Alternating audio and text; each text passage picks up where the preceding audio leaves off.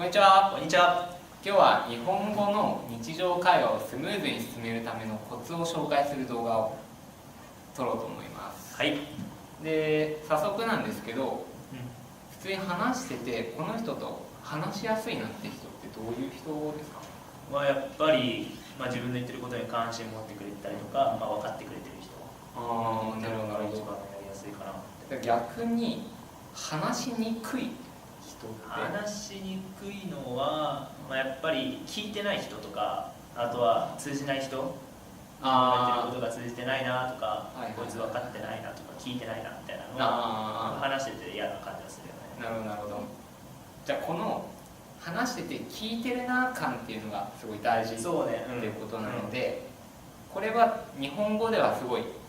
相づちであったり、相手の発言に対してのリアクションっていうところですごい現れてくる部分なんですね。なので今日はこの日本人のリアクションの取り方についてちょっと動画でご紹介していきたいなと思います。はい。で、日本人は特にこのリアクションを気にする傾向が強い人種というか特徴があるので、ぜひ押さえてほしいんですけど、大まかに分けるとリアクションには4種類ございます。で、1つ目がいわゆる相づちというものなんですけど、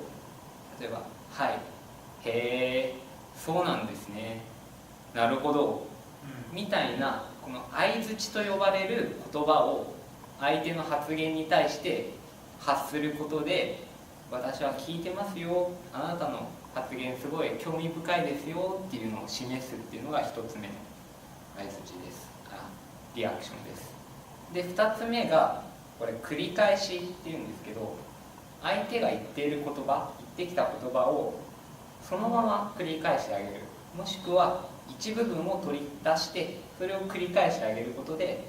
この人、私はあなたの発言聞いてますよ、興味ありますよっていうのを示すっていうのが2つ目です。で、3つ目なんですけど、言い換えっていうものがありまして、で、言い換えっていうのは相手の発言を同じ意味なんだけど別の表現でこういうことっていうふうに投げ返してあげることで、この人はちゃんと聞いてるなっていう、相手が理解してるっていうことを相手に伝えるリアクションです。で、最後の4つ目が先取りっていうものなんですけど、この先取りっていうのは相手が話してて、その相手がちょっと詰まった時とかに、それってこういうことだよねっていう形で相手の言いたいことを先を取って完結させてあげることで、この人言いたいこと分かってくれてるっていうのを伝えるっていう。ヘルプですか？ヘルプ、相手をヘルプする。そうっていう形で、そうですね、相手が話しやすいようにヘルプを与えるようなリアクションを取るっていうのが、特に日本人の日常会話ではすごい大事です。で、今4つ紹介したので、早速じゃあ実例を伴ってどういうふうに使うのかっていうところをご紹介していきたいなと思います。お願いします。はい、じゃあまず1つ目の相づち。練習なんで何か言ってくれれば。そうですね、今日朝の電車でさ、すごい可愛い女の子がいてさ、めっちゃ元気出たわ。それいいね。いいの？って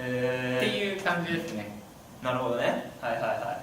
今どういう相づちを使いましたか？ちなみに今、とか、なるほどね、いいねとか、なんか、なんて言ったらいいんだろう、普通に関東詞というか、こう、ポンポンって出てくる、聞いてるよっていうのを示す言葉だったかなっていうふうには。こういった感じで、純粋に、は、へーとか、いいねとか、そういったワードを投げてくるっていうのが1つ目のこれが1個目のやつですね。相づちというものです。で、2つ目の繰り返しやってみたいと思いますね。じゃあ例えば、そろそろ勉強するかな。しますか。勉強したくないけどしますか。これすごいいいですね。勉強したくないけどしなきゃいけないっていう意味がすごいなんか、気持ちが伝わってるなっていうのが分かるようなリアクションを返してくれてるので、これ話し手としてはすごい、いや本当宿題多いんだよなみたいな、そういった会話にこの後につなげていきやすいように思いますね。これかなりいい例ですね。これ2番目のやつですね。これ2番目の繰り返しっていうやつですね。で3つ目の言い換え、別の言葉で言い換えてあげるやつなんですけど、これですね。腹減ったわ、なんか脂っこいもの食いたいな。脂っこいものだったらラーメン食いく。いいね、ラーメンちょいわ。じゃあ駅前の話で OK じゃあっていう感じで、今のはその僕が脂っこいもの食べたいなっていうもの、発言に対してその脂っこいものっていうのをラーメンっていう言葉で今言い換えてくれたと思うんですけど、すごい僕の気持ちをちゃんと分かった上でラーメン食べに行かないっていう、じゃあラーメン行こう、じゃあどの店行くっていう風に会話がどんどんなんか盛り上がっていくというか進んでいく、そういった返答を、これ言い換えの3つ目のやつ、3つ目の言い換えです。で最後の4つ目が何でしたっけ、先取りですね。先取り、その相手が言おうとしていることを